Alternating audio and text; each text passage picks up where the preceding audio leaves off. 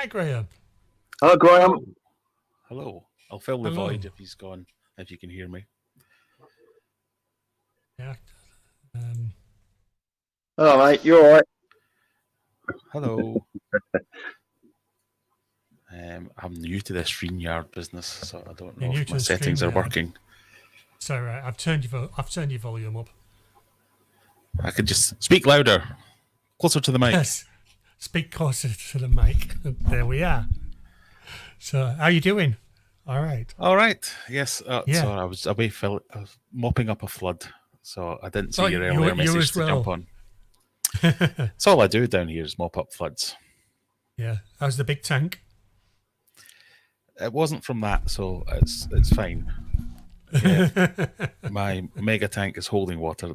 I've got a very complicated automatic water change that involves 2 sump pumps going into different places, and they can't keep up with each other. So I've been fine tuning that and not doing a very good job of it.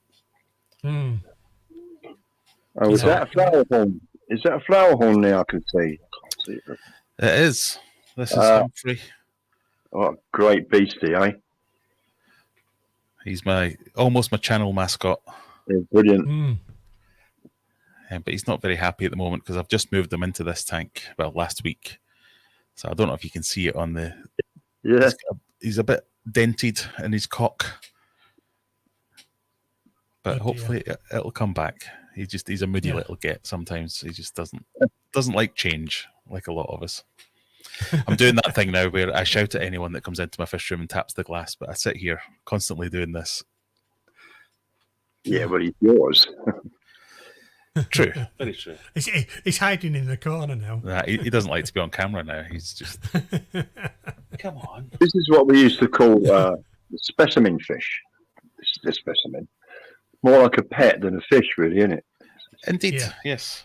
Yeah. So, out of all my fish, I think I've only named about 3 or 4 of them. So they have to be very special to get a name.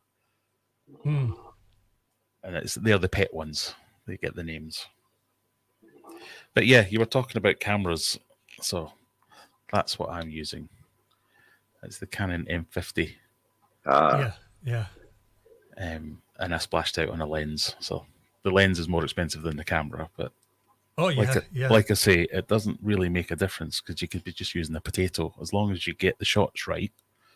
That's right. That's the biggest thing. And they've done studies on it where audio is more important than video. So if you put a video out with bad audio, people will turn that off quicker than they will if it's slightly out of focus or slightly dark or something like that. They don't really care about that. It's the audio that makes the big difference. So when I first started, that was what I invested in mics to get lots of microphones and wasted loads of money. But you really just, any old lavalier mic, something like that makes the biggest difference. Well, Obviously, you put that to the test, Andrew. Do an unboxing video and just speak purely in Vulcan and see how many hits you get. that will draw in a different market. You'll probably be all right with that. Yeah.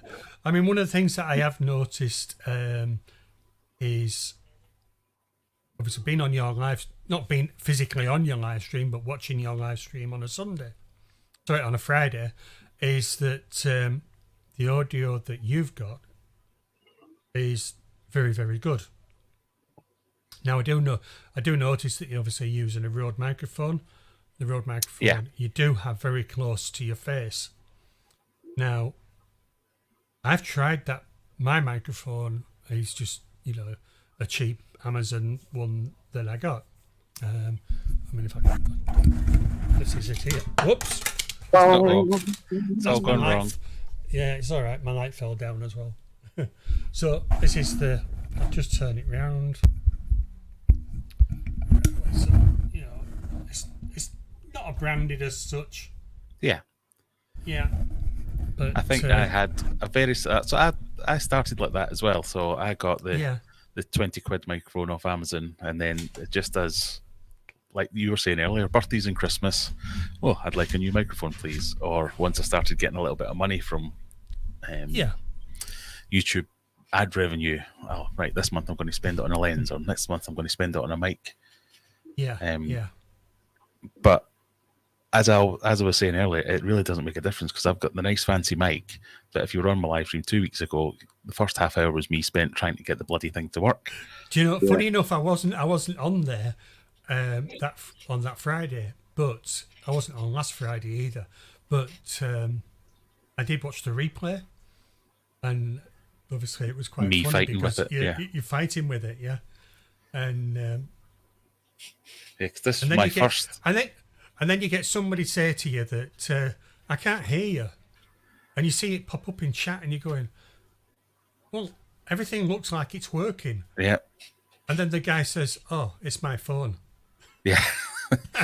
The one I was getting angry with people because they were getting, you're very quiet, Graeme. I was like, well, turn your bloody volume up then. Why is it my problem that I'm very quiet? Yeah. But it was my fault. I've had that with camera phones, and I bought Julie a wood shrimp, a couple of wood shrimp, and the thing come right out after hiding for a week. It came right to the front glass, and it was doing its little hands like that, right up close, right perfect light. And I got the phone on, got the camera on, and it was all in focus. As soon as I pressed record, gone. Focus just disappeared. I was very upset. I thought, this is a waste of time. This is. Yeah. Yeah, Never when I mind. was using my phone, you can get extra apps like I can't remember the name of any of them, but like Pro Camera app or something like that, where you can set the focus and make it stick so it doesn't jump around. Because that used to do my head in as well. Yeah. Or the worst is just when you got the shot ready to press record, or you've just pressed record and someone rings you. Yeah, and if you're doing it on Totally the ruined. phone, somebody calls you on WhatsApp and it goes over the video. You think, no, I didn't turn it off. But that was And the just read- downfall of my stream last time. I accidentally plugged in my old webcam. That's how I used to do my live streams, just with a cheap webcam. And I tried to be fancy and use that for a second angle. But they took the mic from this and took the mic away from here. And because it was away over there, it couldn't hear me. Well, strangely enough, that's what I thought, because they were saying that my volume was very low earlier, and I actually thought that's what had happened. Because I mean, what if I think about 3 microphones that I can use. Yeah, I mean, I've got the one that's above me, I've got the one on the Sony camera, and I've got the old webcam. And it's sort of like, where's it taking it from?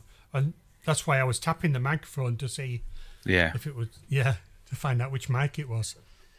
Yeah, the other thing is the quality goes down when you upload it onto YouTube.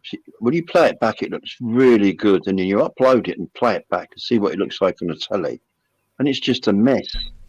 And you think, I'm going to give up now. Never mind. Yeah. I mean, YouTube, I find if you're doing a video, for example, like a 4K video, you upload it to YouTube. What I tend to do is I delay the release of the video until YouTube's done all the messing about with it. Yeah, because they process it in an SD, and then that's right. It waits, and sometimes it can take a day before they'll get around to doing the 4K or anything higher than that. Yeah. So I tend to delay it until it says that 4K has been done. But the quality can be different from what you physically see on your 4K monitor in front of you as to what YouTube are throwing out. The quality isn't the same. But No. yeah. And quite often they'll reset your default on your YouTube app to play it in 460p, and you're like, oh, I spent hundreds of pounds on this monitor and you've defaulted me to the worst potato quality I've ever seen. Yeah. I mean, I've got 4K monitor. I don't have problems with the internet connection because I've got 1 gigabit up and down. So I've got fibre. So don't really, but I mean, come on a morning, I do find that watching 4K YouTube videos and they're just lagging all the time. I have to drop the quality. But just going back to chat, Graeme, I did notice that JT Fishkeeping is saying he's picking up a Canon M50 Mark II tomorrow. Yes, he was. We were chatting in my Discord, not to advertise. He was telling me he was going to buy one. Yeah. So good luck with that. If you need any tips, send me a message. Mm-hmm. Because there are many, many, many buttons on this thing. I don't know if you've seen the menu system of. Let's see if I can do it now. What have we got? 1, 2, 3, 4, 5. You get 6 categories with 9 pages of options on each one. Oh, yeah. Yeah, it's So- very similar to the Sony. Very much spend a couple of days with your head stuck in YouTube videos. How do you get this setting to work? So Because like anything. Have you always had Canon then? No, I used to have Nikon. The reason I switched to Canon was it was an old Nikon camera, so the video, I think the max it could do was something like 720. So I thought I'll treat myself, and because these are so small, and my plan was I'd be going around fish shops and things like that I could, I'll take this in, this will be great. And Sony's hadn't really got to that level yet when this came out. If I'd waited another year, I'd probably bought a Sony. But the thing that got me for this is they do HDMI out clean with nothing. Yeah. So you just need a cable. So HDMI one end, USB the Which is other what end. I'm using now, is the Yeah. HDMI output from the camera. And because I invested, so I got this with the kit lens, and then I bought another lens and another lens and another lens. And I thought, well, I spent a fortune on the bloody thing now, so I'm going to stick with it. And then I dropped it and smashed it to pieces. So I went and bought another one. So I'm using the old one that I fixed to do my live streams, and then I can just leave it there all the time. And then this one to go and do videos when I want to. Well, unfortunately, fellas, I've got to buzz off. So nice seeing you, Graeme, Andrew, and everyone in chat that I can't read because I haven't got my glasses. Daniel's in chat. He's waiting for Mrs. DKF. Hello there, Daniel. Before I go, I'm going to give you a nice close-up of a really poor quality Pixel phone. See how far I can go before it goes mentally stupid. That looks really good. I don't believe it. Now that I'm not filming, it's behaving. Look, isn't it typical? Where's my shrimp? They're all there. They're just bloody hiding, of course. The yellow shrimp, black. What was it again? Black rose. Amano, ghost, and red shrimp. And Julie's got the rest in her tank. So that's it. And all we've got in here is just female guppies and 2 males, endlers, and we can have some hybrids pretty soon, I reckon. Okay, so. Okay. Sorry about that. Okay. See you later. Take care. Cheers. Bye. So, Graeme, with regards to obviously you've the pond that you built, this has ended up being an interview of you. Don't worry, I've got a bunch of questions I'm going to ask you in a minute as well. No, that's fine. So, you built the pond in the garden. I mean, obviously, you brought the JCB into, that's. I mean, the pond was really just an excuse to bring in a JCB. So, yeah, every big boy's dream, that, isn't it? It doesn't matter how small the pond is. I didn't really want a pond. It was just the only excuse I could get to get a digger in. So that's why we did it. Yeah. But obviously now you've got, you put the goldfish in. Sorry. Now they're not your goldfish. Obviously your wife's goldfish. Indeed, yes. Yeah. And you've got little ones. Loads of them, yeah. I have a little patio pond, which is one of these plastic vats that's built into a bit of a feature in the back garden. So that's now my fry pond. So I've been that was a summer activity for the kids, was go and catch all the fry out the big pond, and then we moved them up into the little pond. So I think something like we started with about 50. I don't think all 50 have made it this far. I think we've got maybe 20 or 30 of them still. Getting to a decent size now. Some of them are yay big.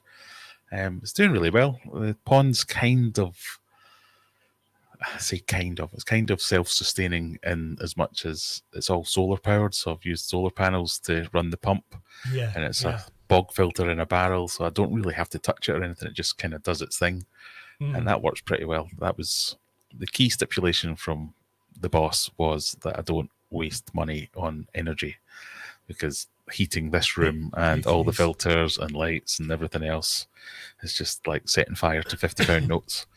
So she was like, I'm not paying for another bloody pump to be running 24 hours a day. So we've got this solar panel doing all the heavy lifting. And it works pretty well. It's really surprised me how easy it's been. I've certainly looked at solar panels, but my problem is where I live, I don't get full sun. So I don't have access to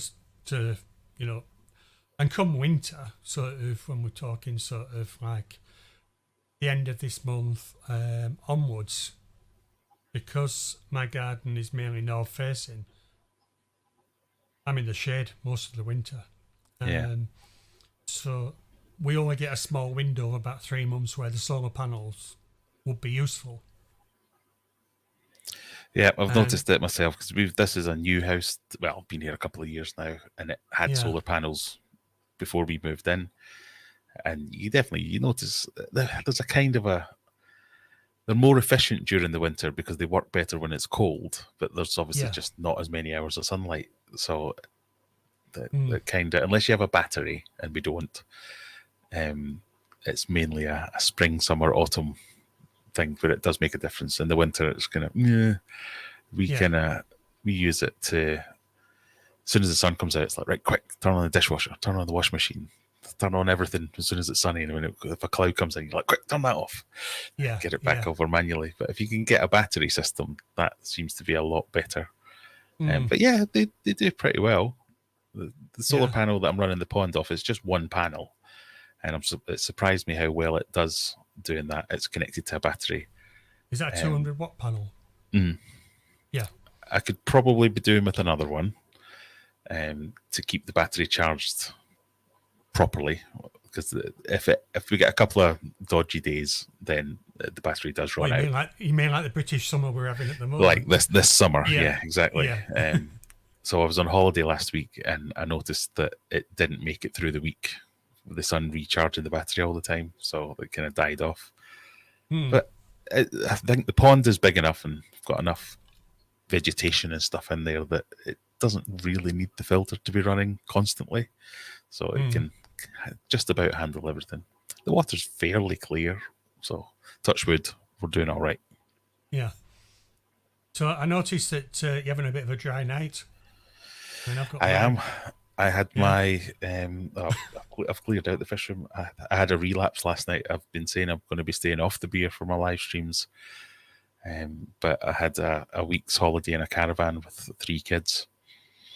Had to have a few beers last night when I got home from that holiday. So I broke my fast and had a few weird beers, as I call them. Yeah. So what was it, a static caravan then, or? Yeah. No, one of these like holiday park things where you get the static caravan along with the rest of Britain. Yeah. So where did 10 you go? feet of you. Lake District. I mean, it was. You went in the Lake District, Yeah, it was great.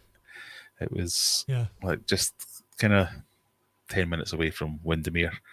So we just used it as somewhere to sleep, and then spent the days out exploring and doing all the things. It was great. Yeah, I mean, I love Coniston. I mean, it's one of those places. I've always been. Not as often as I used to do, but we used to sort of, because I'm sort of I'm in Bradford, so for me it's only a couple of hours, and I'm in the Lake District. Yeah. So you can make it a day trip. Yeah. In that respect. Yeah. But Coniston is one of those. It's one of those places that sort of, when you think back, you've always enjoyed going there. You've got good memories of it, and it sort of, one of the things that I've always enjoyed is, and I can't do it now because obviously I don't know if you're aware, Graeme, but I do have a bad back, and I've lost the feeling below the knee on my right leg, so I have difficulty walking now. So it would be very probably unwise for me to even make an attempt at going up Coniston Old Man. But in the past, I've tried so many times to do that. I've been up there. Yeah. I have been to the summit, and I've tried to do it on other occasions. And I always remember that there was one occasion when I went up, got about halfway up, and it just suddenly started snowing. The clouds appeared. It was snowing. We decided, no, this isn't a good idea. We went back down. We get back down into. You're there in Coniston. shorts and t-shirt. The short and t-shirt. It says not a cloud in the sky. Yeah. And then there was another occasion when I went up with my daughter, and again we got about about a quarter, third of the way up, and it just became so windy. And the wind at one point actually grabbed my daughter and nearly blew her off the mountain. But I managed to grab her, and we decided, no, it's not worth it. We'll go back down. And we went back down. But on your way up, there is a bit of a lake that you can... I don't know if you've gone up Coniston, man. I don't think I have. I mean, I've been going to the Lake District for years, but I don't think I've ever gone up. When you go up Coniston Old Man, I'm not quite sure whereabouts whether it's about a third of the way up. There's an old mine, and there's a lake with it, and the lake is sort of like a really beautiful colour. And it's a nice place to actually, to stop and just have your picnic before you go a bit further. Yeah. I'm just Googling pictures of it now. I've had some good... Yeah. I've had some really good times going up Coniston Old Man, and in spending in Coniston itself. Yeah, I've definitely been to Coniston, but I don't think I've ever gone up. But I've been going to Lake District since I was a kid. My parents taking me there for caravan holidays or B&Bs and all that kind of stuff. And now I'm doing it with my kids. Yeah. But it's a great... I do obviously do my quiz on a Friday night as well, so I made half the questions about the Lake District, much to the annoyance of all the American viewers who were like, what the hell is this Lake District? But it was all about the various facts of Windermere and all that kind of stuff. We're not talking about the Canadian lakes then. No. The Great Lakes, What is this Lake District you're all on about? So that's a puddle compared to ours. Yeah.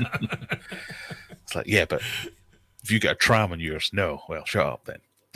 Yeah.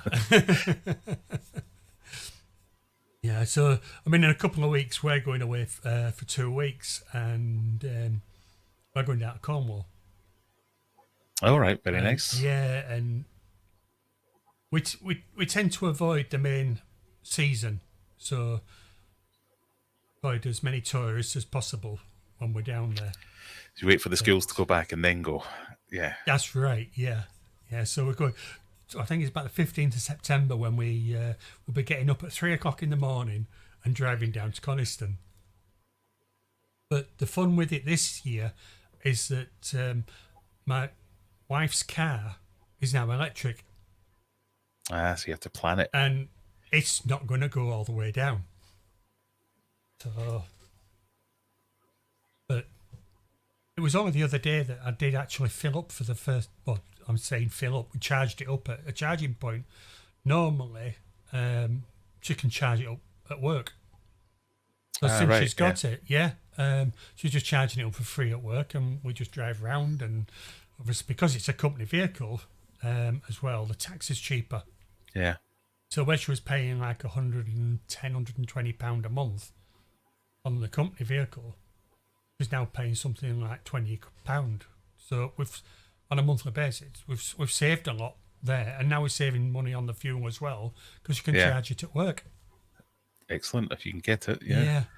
So you'll just need to plan some stops then, won't you? Yeah, well, it's IKEA Bristol, IKEA Exeter. Yeah, and then some of the nicer services. So we're going to do a partial top up at Bristol, and then we'll stop at Exeter, and we'll do a full charge. But I'm timing it in such a way that when we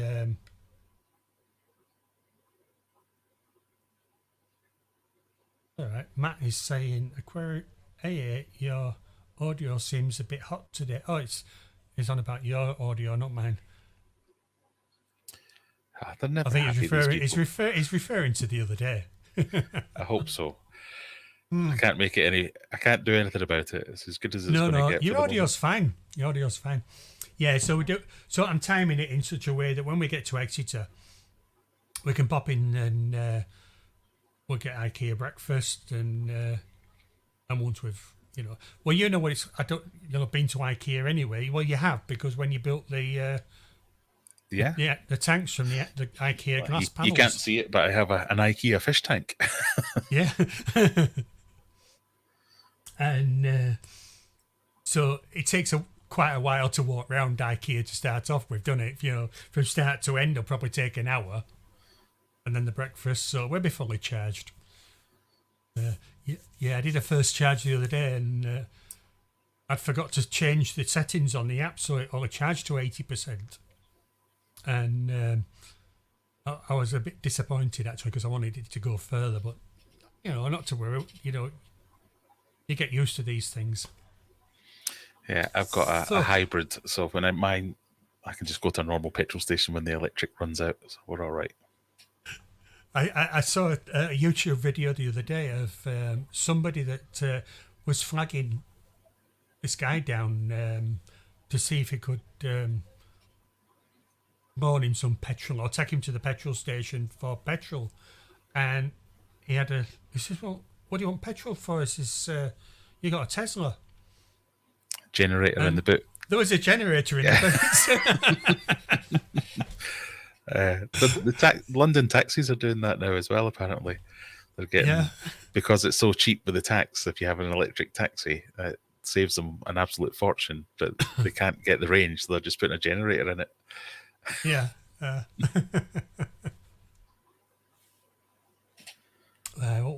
Sorry, Arnold's saying something here. JT. I'm just going back on chat here because JT said something earlier. It's funny how little Americans know about Europe. Well, I'm teaching them one Friday at a time. Yeah. It's a bit like me with sort of UK sort of delicacies. I mean, I'm not sure if you're aware, but the pork pies. The pork pies. Oh, it's well known, isn't it? Oh yeah. So I was at the butcher's this morning getting the pork pies for. Well, I mean, unfortunately, I actually bought something else from the butcher's as well, and we've had that for his meal this evening. My meal's still being prepared, so I'm hoping it's going to be ready some point. But I had a similar discussion about, because I'm from Scotland, from Glasgow, about square sausages. And we had a whole thing for about 3 weeks where half of the viewers from that side of the pond were like, no, we don't believe you. You're just making this up now. Why would you have square sausages? Like, it's a thing. It's true, honestly. Yeah, they're going to sandwich easier, don't they? Yeah. Wait till I tell you about black pudding. Yeah. Oh, I've tried that, and they do have it in the US, but they call it blood pudding. Yeah. And they make there's a butcher's in Sheffield that does a pork pie that's half pork pie and a layer of black pudding on top, and then encased in the pork. Oh yeah, encased in the pastry. We have them. Yeah, we have them up here. It's quite the nice one, yes. I'm going to have to leave you on that thought with square sausages and pork pies, because I think my dinner's ready, because I can see the back phone ringing. But thank you for having me on, and I'll see you next week, maybe. You are welcome. Okay, thanks, Graeme. All right, cheery bye. I think I'll head off into the quiz now.